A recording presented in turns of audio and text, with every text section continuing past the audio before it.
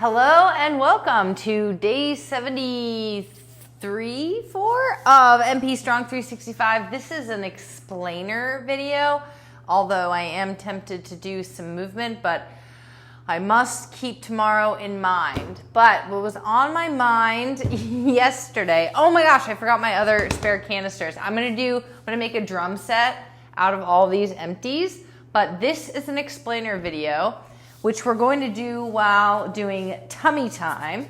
I highly recommend tummy time. You can use a pad, you can use a pillow, you can use a foam roller, you can put your foot up on something, kind of stretch out, and you can talk about protein. So let's talk about protein. I'm rising up against my forearms here, just trying to get a little back extension. You can move your feet around and sort of windshield wiper side to side as you read a magazine or contemplate protein with me for the next couple of minutes. So here's the thing. I've got nakedness of protein. I've got rice and I've got pea. And there are 27 grams and 25 grams of protein in each of these servings, so 25 and 27. And why do I have two kinds? Because you get a complete amino acid complex, essential amino acids. What does essential mean? That means that relative to non-essential, our body makes non-essential amino acids itself. But for essential amino acids, we get it from the food we eat. And if you combine pea protein, this is plant protein, and rice protein, plant protein, then you get a complete amino acid complex of essential amino acids. So, and probably some non-essentials as well in there. And there are all the names of these on the back, I think. Yes, they are all named on the back. The starred ones on the back here are labeled as Star Essential. So, in any case, let's talk about why you would do this instead of eating meat. So, meat, let's pretend this is a serving of meat, okay? It's about a fistful of meat. It's about 4 ounces of meat, okay?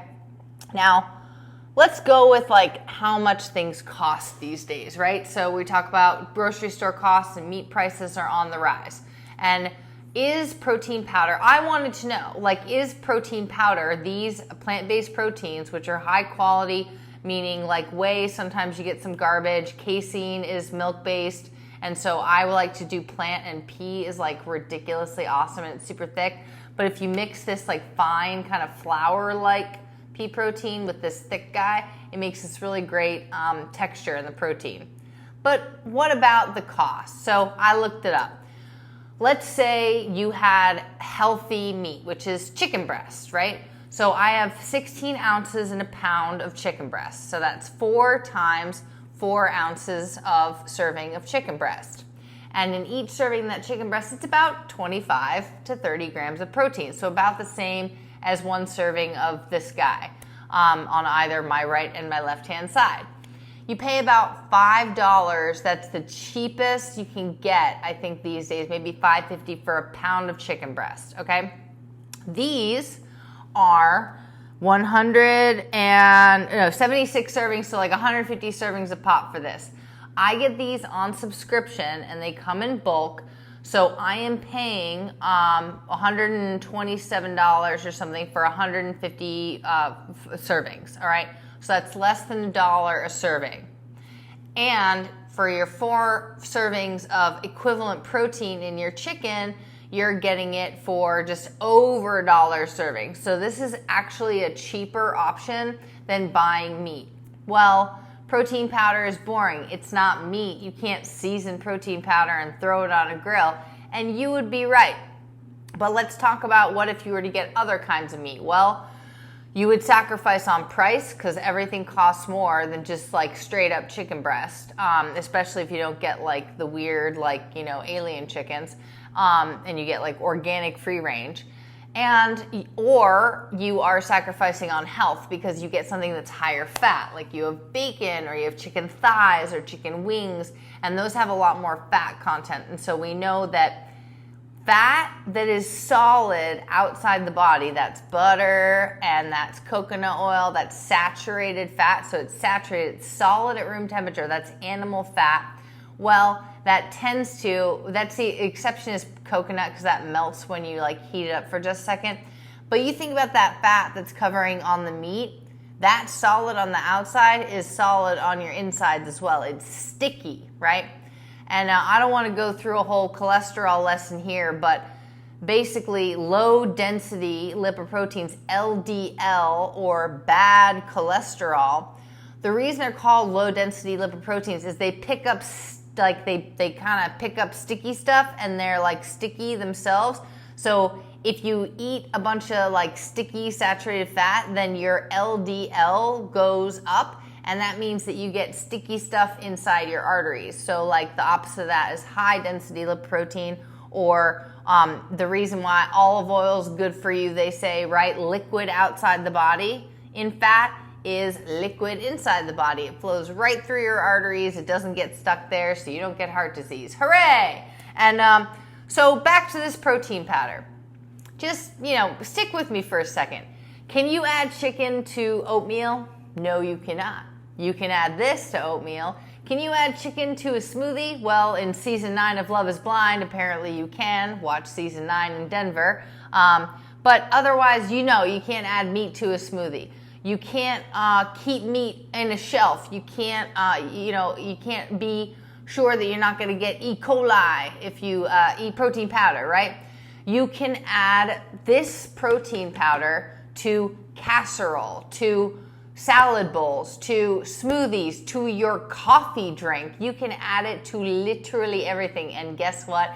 I do. So we're almost done with my diatribe about protein powder and addressing the health benefits, the cost benefits of having protein powder, at least in replacement of meat. People say, how are you vegan? How do you get your protein?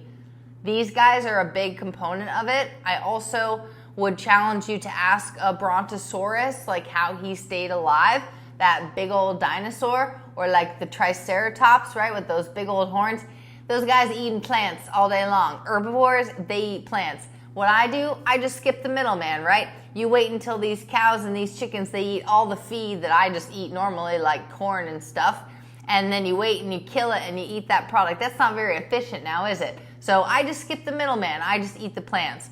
And this protein comes directly from peas and rice. Okay, so my last point about protein powder was that I can't remember now, but I'm excited for you to start integrating protein powder into your diet. And again, my highest recommendation is a pea-rice mix. This looks like flour, it acts like flour. So you can dredge like vegetables in protein powder.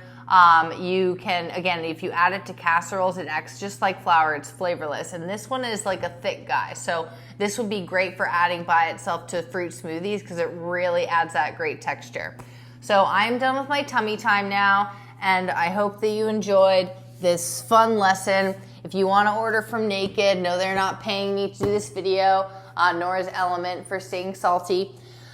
But you can order it on subscription, get a couple tubs, mix them into, and then put them in smaller containers. And I get all the protein that I need. And by the way, I'm a liar. I ain't vegan because I cannot give up one thing, which is Greek yogurt, because I just darn like it. And I've tried to make my own yogurt and it just doesn't cut the mustard. But I do have some thickener agents that I've been testing out with. So we'll see how all that turns out in Monica's laboratory. Till next time, enjoy your protein. Oh, and as I remember the last 40 seconds here, the recommendations to eat at least 1 pound per body weight of protein per day to stay healthy, well, there actually is no scientific evidence to back that. Just let that marinate, no pun intended, for a while. Nobody ever died in this country of a protein deficiency. We die of eating too much food, unfortunately. What we do die of is eating too much sugar and too much fat. Sometimes protein, because it's harder to make into fat, like you don't get fat off eating too much protein. That's not really a sustainable way to live though. So while I do recommend protein for satiety, meaning like satisfaction, like you won't get hungry, it's a great replacement for carbohydrates, which convert more easily to fat, as does fat. So eat your protein, but don't worry about it. If you weigh 170 pounds and you get 100 grams of protein in a day, you're good. You're fine. Like that's plenty. If you're lifting a lot of weights, if you're building muscle, you might want to add a protein shake on top of that. But that's pretty much all you need. So don't worry about getting enough protein. The strongest man in the world is actually vegan. Watch The World's Strongest Man. It's a great documentary. And I will see you next time for an actual workout. Peace.